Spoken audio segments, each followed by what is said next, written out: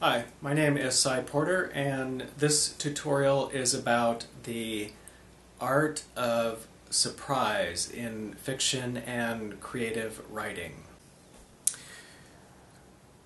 To write good fiction, one of the best things you can do is pay attention to the elements of surprise working in your fiction.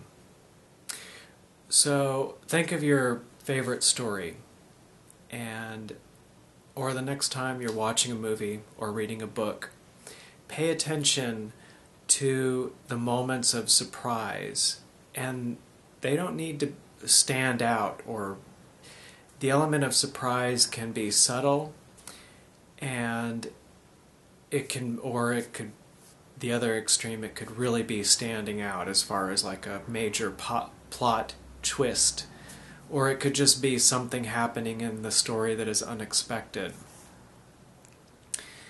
And it makes for very good fiction. And also, if surprise, the fact that surprise is so important to good in fiction, I think is a big reason that most of the time we'll only watch a movie or read a book one time. Because if we read it or watch it a second time, all of those points of surprise, big and small, aren't there because we've already learned about it.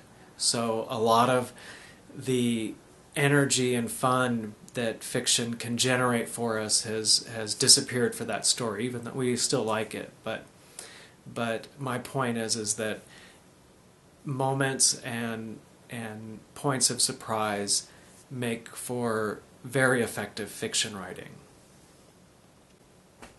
Think about the last great movie you watched or the last book you read that you really liked a lot, and think about your favorite part of it.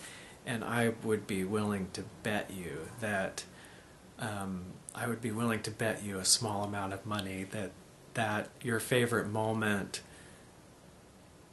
was a point of surprise for you.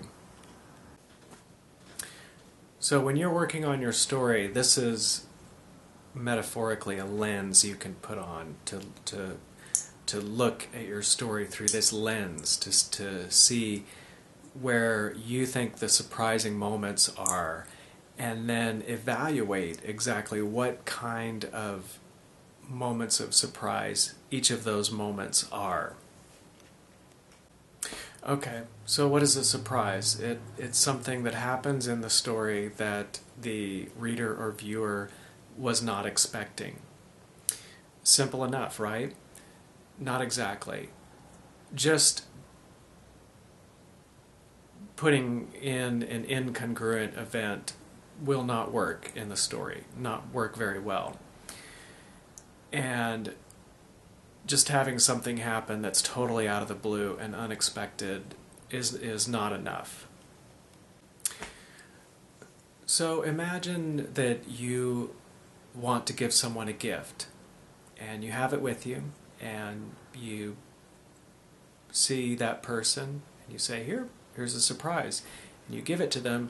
The surprise is over almost before it had a chance to be a surprise. There was no tension of expectancy involved. But if you wrap the gift and say, here's a surprise, I have this gift for you, then there's a lot more intrigue and fun that surprise involved.